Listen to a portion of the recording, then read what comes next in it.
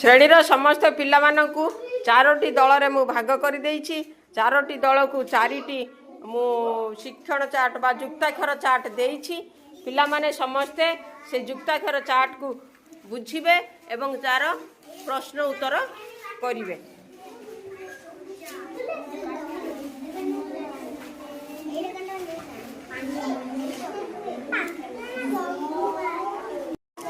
तुमको दिया ओडिया युक्ताक्षर द्वितीय भाग सयुक्त स्प स्प फला सयुक्त क क फला सयुक्त फ स्प सयुक्त त स्त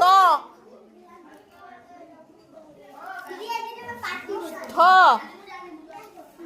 न्यंत्र नंत्र तापरे सयुक्त प स्प सयुक्त त युक्त रस्त्र लेखाई जोड़ी करी गोटे गोटे शब्द लिखाई।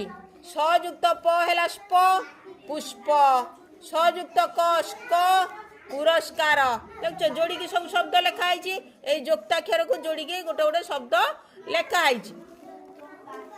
ये सब युक्ताक्षर खाली घर पूरण करने देला। ये डेश युक्त प स्प ये कौन लिख ये कौन लिख मुद्नेश युक्त पष्प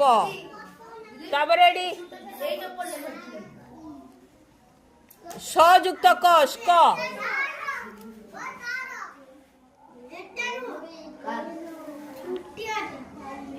तमे लेख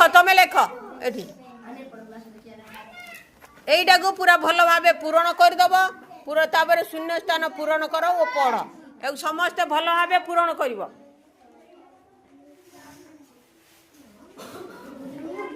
निज निज खातार युक्ताक्षर ये जो कार्ड टी पूरण कर दियो। पूरण कर सारा मत खाता देखा।